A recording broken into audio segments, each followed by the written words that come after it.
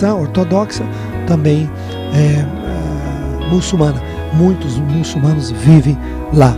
E ainda é possível visitar a casa de Maria, né, onde Jesus passou uma parte da sua infância. Embora seja muito difícil, porque está debaixo de uma igreja, hoje, por ser domingo, está tendo missa, provavelmente não teríamos entrada naquele local.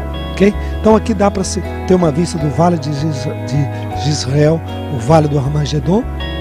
Esse foi o lugar onde Jesus recebeu o poder do Espírito Santo e eles tentaram amordaçar Jesus, tentaram jogá-lo daqui para o precipício, calando a sua voz. Mas ele usou de autoridade, passou-se no meio dele. Jesus toma sua posição de ser o Messias neste lugar.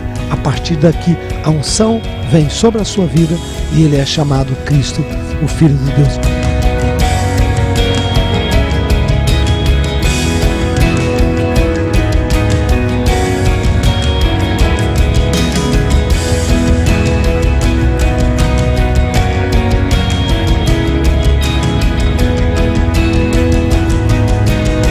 Jesus usou o Monte Hermon para lançar uma palavra sobre toda a humanidade. Uma das mais importantes declarações bíblicas que está no livro de Mateus, capítulo 16, versículo 13, em que Jesus interroga seus discípulos acerca de quem é o Messias. Pedro responde que é ele, Jesus Cristo. Depois disso, Jesus lança uma palavra sobre o monte, edificando a igreja, e as portas do inferno não prevaleceriam sobre eles. Depois de ler toda a passagem, o bispo Robson Rodovalho explica o que Jesus estava fazendo naquele momento. Nós estamos especificamente nas montanhas de Golã, bem pertinho do Monte Hebron. Nós estamos no lugar exato onde Jesus Cristo disse que as portas do inferno não prevaleceriam contra a minha igreja. Que privilégio, né? Nós estamos aqui numa gruta, chamada Gruta do Deus Pan, aonde havia-se uma mitologia que o Deus Pan habitava aqui, que era um demônio, obviamente. Jesus trouxe os discípulos de Tiberíades para cá. Jesus caminhou pelo menos aí 2 a 3 dias de viagem para ele chegar aqui. Vamos pensar que aqui são 60 quilômetros, então são 2 dias de viagem, né?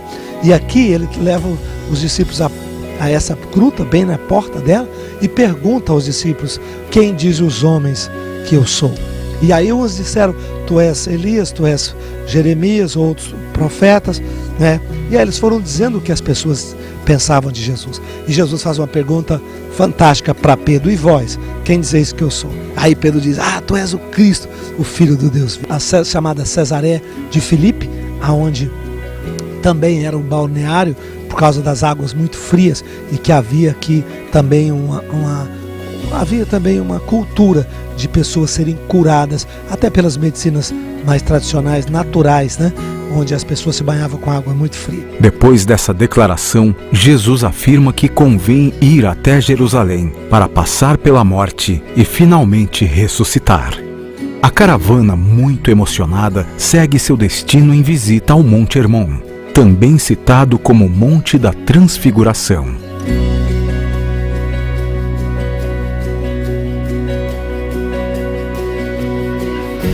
Antes da caravana entrar em Jerusalém, fizeram uma visita à cidade de Davi, uma importante fortaleza dos primórdios de Israel. É a cidade de Davi que está descrita no livro de 1 Samuel, capítulo 5, que Davi conquistou em Jerusalém. Joabe toma a cidade entrando pelo esgoto, entrando pelo esgoto da cidade, pelo canal do esgoto, e aí ele toma dos jebuseus esta cidade, e a partir daí Davi faz de Jerusalém a capital de todo o estado judaico, unindo as tribos do norte com as tribos do sul. Jerusalém representa uma posição central. As ruínas que foram descobertas apenas há 3 anos atrás. 3 anos atrás começaram a se escavar e espontaneamente descobriram um balde que um dos generais tinham perdido há 300 anos atrás, numa das escavações, de medo dos árabes.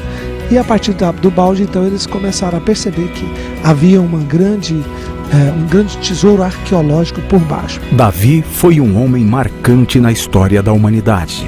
e muito usado por Deus, ele pelejou fortemente contra os inimigos do Senhor. O pequenino Davi derrotou o gigante Golias e foi escolhido como rei de Israel. Com uma passagem marcante pela história deste país, Davi realizou muitas mudanças que ainda hoje são visíveis em suas ruínas.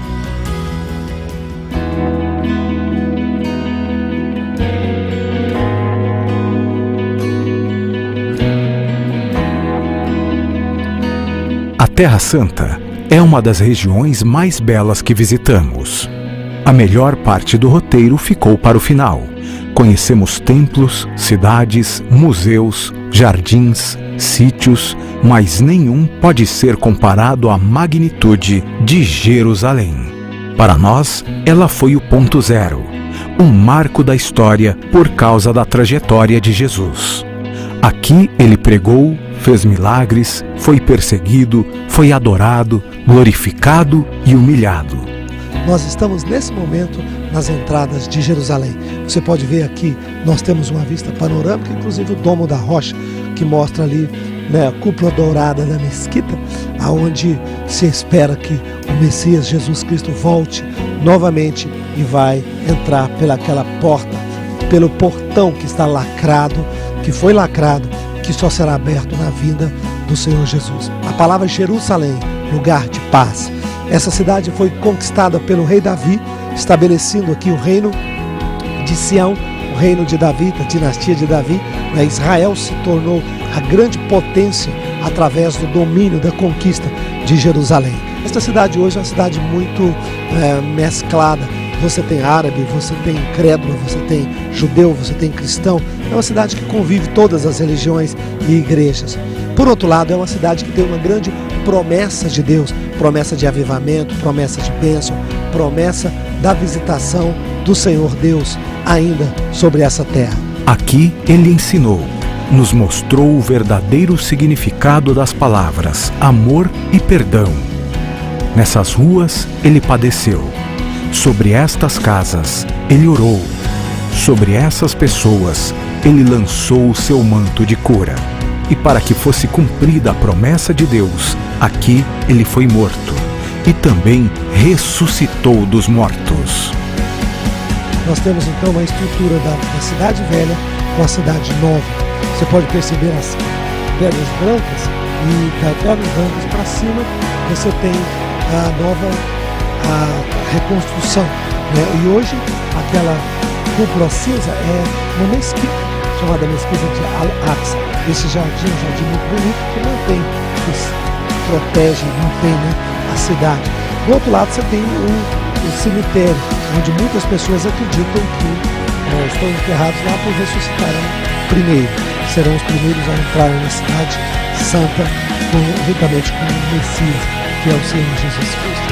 Dentro dessas muralhas nós temos a esplanada do templo, que também hoje é um lugar muito tenso, porque está ali a mesquita da Cúpula Dourada e os árabes são extremamente zelosos naquele espaço.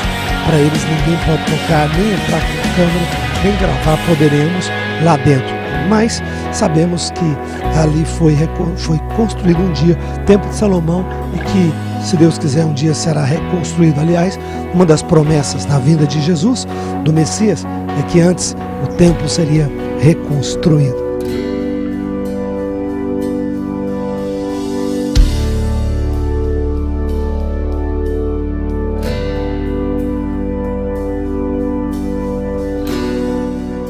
Aguardamos a vinda do Messias, aguardamos a segunda volta de Jesus Cristo, para que ao colocar os pés no Monte das Oliveiras, ele entre por aquela porta que está fechada, pela porta, né, do Messias que está fechada, que só ele terá autoridade para abrir. Portanto, meu querido irmão, amigo, você que está me ouvindo, me assistindo, eu quero que você sinta a beleza dessa cidade. Você tem o Monte das Oliveiras aqui, aqui à minha esquerda, nós temos o chamado Monte da Ascensão, onde Jesus subiu aos céus. Hoje tem uma igreja ortodoxa ali, né? Você tem também um hotel aqui, você tem hospitais. Hoje é completamente povoado, até mesmo descaracterizado. né? Mas esta é a Jerusalém, esta é a cidade chamada a cidade do grande rei. Nessa viagem, passamos por lugares marcantes, como a Via Dolorosa, onde Jesus caminhou carregando a cruz até o lugar de seu sacrifício. Visitamos ainda o Jardim do Túmulo, num momento emocionante que reafirmou nossa fé, pois ele não está aí. Esta visita representou um marco na vida de todos que puderam estar neste lugar santo, o túmulo de Jesus. Aqui a profecia se cumpriu. As leis foram desafiadas. Aqui o Messias provou para o mundo todo que somente ele tem o poder da vida eterna. A esperança nasceu de novo em nossos corações. Reviver um fato tão especial e glorioso foi sem dúvida algo inesquecível para toda a caravana. Nesta ocasião, todos aproveitaram para louvar o nome do Senhor como igreja amada, que tem a fé cravada em seus fundamentos.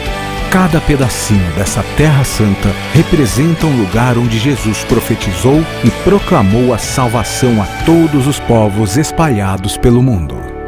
Apesar do percentual de cristãos em Israel ser muito pequeno, cremos que essa terra ainda terá o avivamento. Jerusalém ainda será palco do evento mais poderoso que ocorrerá na terra depois da crucificação de Jesus. Todas as nações serão testemunhas do retorno do grande rei, o Messias, Jesus Cristo glorificado para buscar o que lhe é de direito, seu povo, sua igreja. Foi uma grande viagem, muitos caminhos, muitas palavras proféticas, louvor e adoração.